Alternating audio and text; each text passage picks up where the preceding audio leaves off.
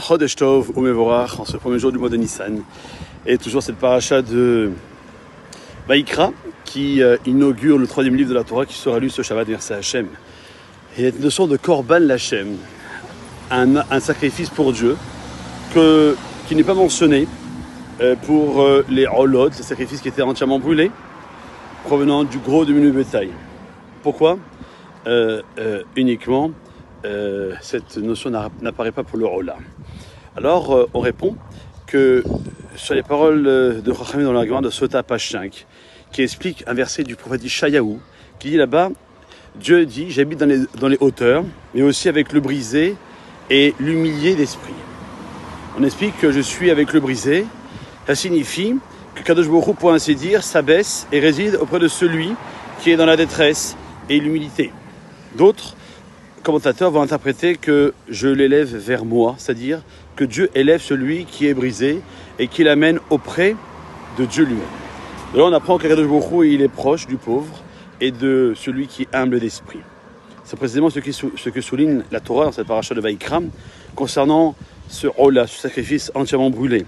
Celui qui l'apporte, surtout lorsqu'il vient d'un oiseau, eh bien, c'est un pauvre qui n'a pas beaucoup d'argent et qui veut comme se présenter un sacrifice issu du bétail qu'il ne peut pas. Son cœur est tellement brisé en lui à cause de sa situation et il ressent même une honte en offrant un sacrifice aussi modeste. C'est pour cette raison que dans ce contexte, la Torah utilisait cette notion de Korban Lachem pour se dire que Kadosh Baruch Hu est proche de lui en raison de son humilité. En revanche, lorsque un riche apporte une offrande somptueuse et raffinée,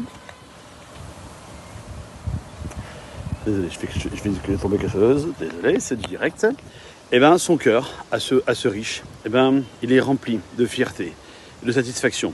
C'est pourquoi le nom de Dieu n'est pas mentionné avec son sacrifice. Dans le même esprit, nos sages expliquent dans le traité Menachot, à propos du verset qui dit « Venefesh yitakriv korban mincha l'Hashem » dans cette paracha de Vaïkra, que si une âme apporte une offrande agréable à Dieu, pourquoi dans le cas de l'offrande de mincha, le terme nefesh, âme, est-il employé, alors que ce n'est pas le cas pour les autres sacrifices.